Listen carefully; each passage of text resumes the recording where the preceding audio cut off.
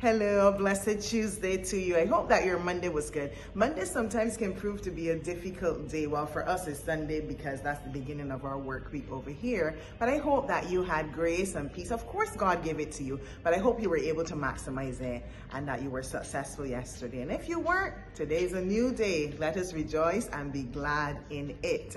As we talk about guarding our hearts, yesterday we said that the heart is valuable and it can also become vile depending on what we allow to get into our hearts. And we use the analogy of how we guard so many other things in our lives that are not as important as our hearts. Therefore, we should adopt the same mindset and even a greater mindset and guard our hearts. But what are we guarding our hearts against? We know we're guarding our houses from the thieves. We know we're guarding the car from the robbers. We know we're guarding our computers from the viruses and the hackers from getting in and getting our financial details.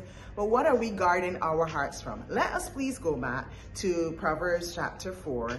And we're going to read now from verse 23 to 27. Guard your heart above all else, for it determines the course of your life. Avoid all perverse talk. Stay away from corrupt speech. Look straight ahead and fix your eyes on what lies before you. Mark out a straight path for your feet. Stay on the safe path. Don't get sidetracked. Keep your feet from following evil. There we have it. We're guarding our hearts from a number of different things. Let's break it down.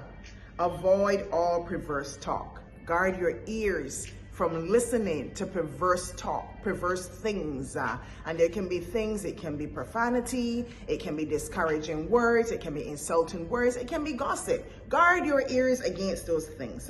Stay away from corrupt speech. Do not speak evil. If you have nothing good to say nothing at all. And that includes pulling down people and identifying every negative about it. Have you ever approached or someone approaching the first thing to say, you get fat?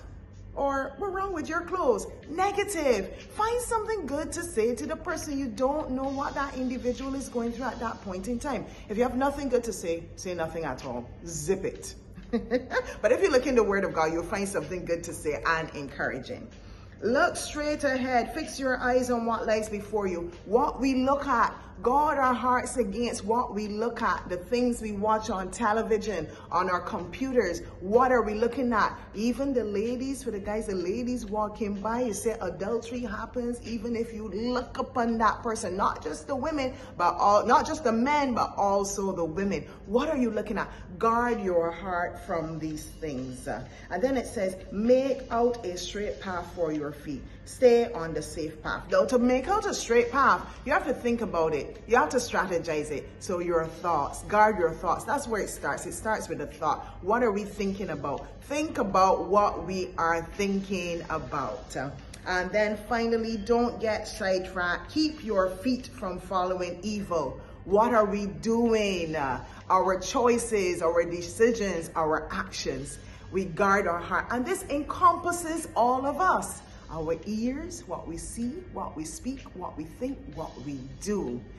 There's this song that says, little eyes, be careful what you see. Little ears, be careful what you hear. Little lips, be careful what you speak. Little hands, be careful what you do. For God is watching you.